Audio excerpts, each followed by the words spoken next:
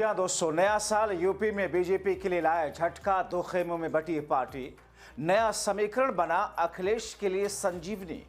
स्वागत है आप सभी का। आप देख रहे हैं द राजनीति का विशेष सेगमेंट खबर और विश्लेषण। मैं हूं जब्बार खान। दोस्तों, क्या जातिगत बैठकों से उत्तर प्रदेश की राजनीति एक बार फिर से जाति के खुले प्रश्न पर लौट आएगी? यह बैठक सत्ता के नई बनावट से उपजी बेचैनी का संकेत है? यह सवाल 23 दिसंबर 2025 की शाम और ज्यादा प्रासंगिक हो गया जब विधायक निवास में ब्राह्मण समाज की एक अहम बैठक हुई। दोस्तों, जैसा कि आपने देखा कि इस बैठक के बाद में किस तौर पर, किस अंदाज में क्या कुछ कहा गया, और दोस्तों ऐसी स्थिति में इस सहभोज के नाम पर हुई इस बैठक की पृष्ठभूमि प्रदेश में ब्राह्मण समाज की कथित राजनीतिक उपेक्षा थी। ये उपेक्षा आदित्यनाथ योगी सरकार के दौर में महसूस की जा रही है।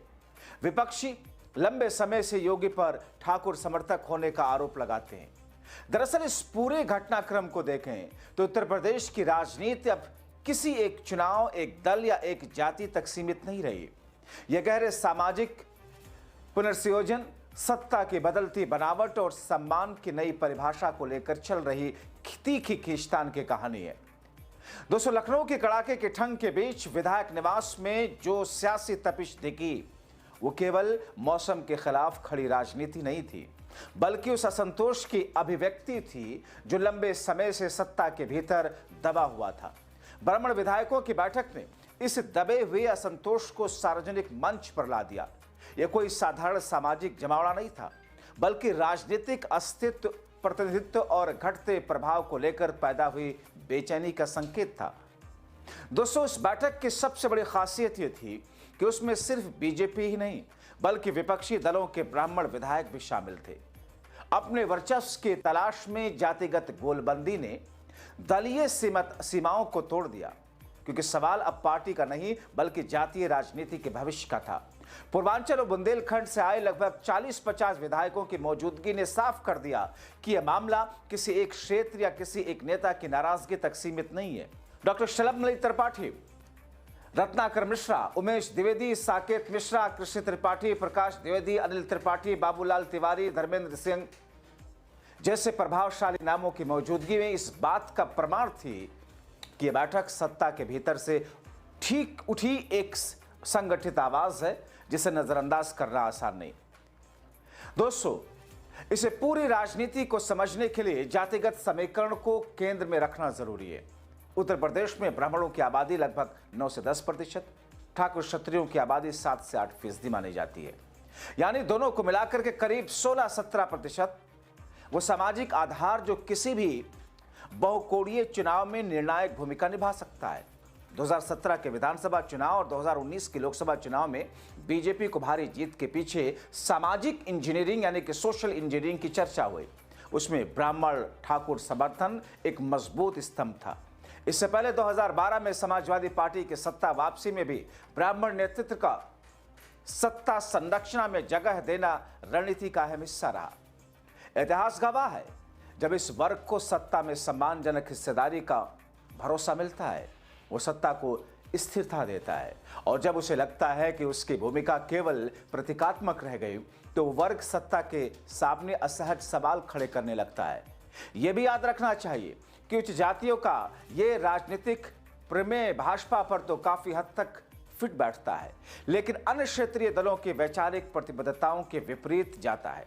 सपा और बसपा दोनों ने जब जब उच्च जातियों के साथ में गठबंधन किया, उन्हें क्षणिक लाभ तो मिला, लेकिन पार्टी की आंतरिक बनावट कमजोर होती चली गई। बीएसपी के साथ ब्राह्मण गठबंधन हाथ को गणेश तो बना देता है, लेकिन दलित सशक्तिकरण पीछे छूट जाता है। सपा में माता प्रसाद पांडे को नेता विपक्ष चुने जाने के बाद उसका असर क्या होगा, अभी देखना है। इसीलिए उत्तर प्रदेश की राजनीति की कहानी केवल सवर्ण असंतोष की और उस तक सीमित नहीं है। इसके समानांतर एक कहीं ज्यादा गहरा और ऐतिहासिक बदलाव भी चल रहा है। पिछड़ों, दलितों, अल्पसंख्यकों और राजनीतिक हस्तक्षेप और सशक्तिकरण। मंडल आयोग के बाद सत्ता की सामाजिक बनावट में जो बदलाव शुरू हुआ, उसने राजनीति की दिशा ही बदल दी। 1993 का सपा बसपा गठबंधन इस बदलाव का पहला बड़ा संकेत था। जिसने स्पष्ट कर दिया कि सत्ता अब पारंपरिक सवर्ण नेतृत्व की बपौती नहीं रहेगी। 2012 में अखिलेश यादव के नेतृत्व में बनी सरकार में यादव ओबीसी प्रभुत्व और प्रशासनिक ढांचे में पिछड़ी जातियों की बढ़ती मौजूदगी ने इस बदलाव को और गहरा किया। हाल के वर्षों में बीजेपी ने भी गैर यादव ओबीसी और दलित समूह निषाद, कुर्मी, कुशवाहा यादव को संगठित कर सत्ता की बनावट को अपेक्षाकृत व्यापक बना दिया। इसी बदलते परिदृश्य में समाजवादी पार्टी के नेता विपक्ष माता प्रसाद पांडे के सम्मान की वापसी वाली भाषा सामने आती है। यह बयान केवल भावनात्मक अपील नहीं बल्कि गहरे सामाजिक तनाव की अभिव्यक्ति। सम्मान यहां किसी विशेष का नहीं बल्कि सत्ता साझेदारी, निर्णय निर्माण और राजनीतिक दृश्यता का प्रश्न है। सवाल यह है कि सम्मान किसका है और किस संदर्भ में लौटेगा।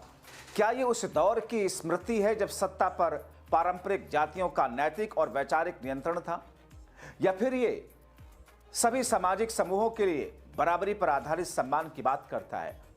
इस बहस को और जटिल बना देता है समाजवादी पार्टी प्रमुख का रुख, जिसमें वो माता प्रसाद पांडे की इस भाषा को वैधता देते दिखाई देते हैं। एक तरफ सपा पीडीए पिछड़ा दलित अल्पसंख्यकों के नारे के साथ सामाजिक लामबंदी में जुटी है, दूसरी तरफ सम्मान की वापसी जैसे संकेत पार्टी के भीतर मौजूद वैचारिक द्वंद्व को उजागर करते हैं। यह विरोधाभास बताता है कि बदलते सामाजिक समीकरणों के बीच में सत्ता तक पहुंचने की रणनीति कितनी जटिल हो गई। दोस्तों, लोकनीति सीएसडीएस के पोस्ट पोल सर्वे के आंकड़े इस विमर्श को ठोस आधार देते हैं। सर्वे के मुताबिक सामान्य या अग्रणी जातियां ब्राह्मण, राजपूत, भूमिहार और वैश्य अब भी बड़े पैमाने पर बीजेपी के साथ खड़ी हैं। इसके पलट पिछड़ी जातियां, अनुसूचित जातियां और मुस्लिम मतदाता इंडिया गठबंधन को प्राथमिकता देते हैं।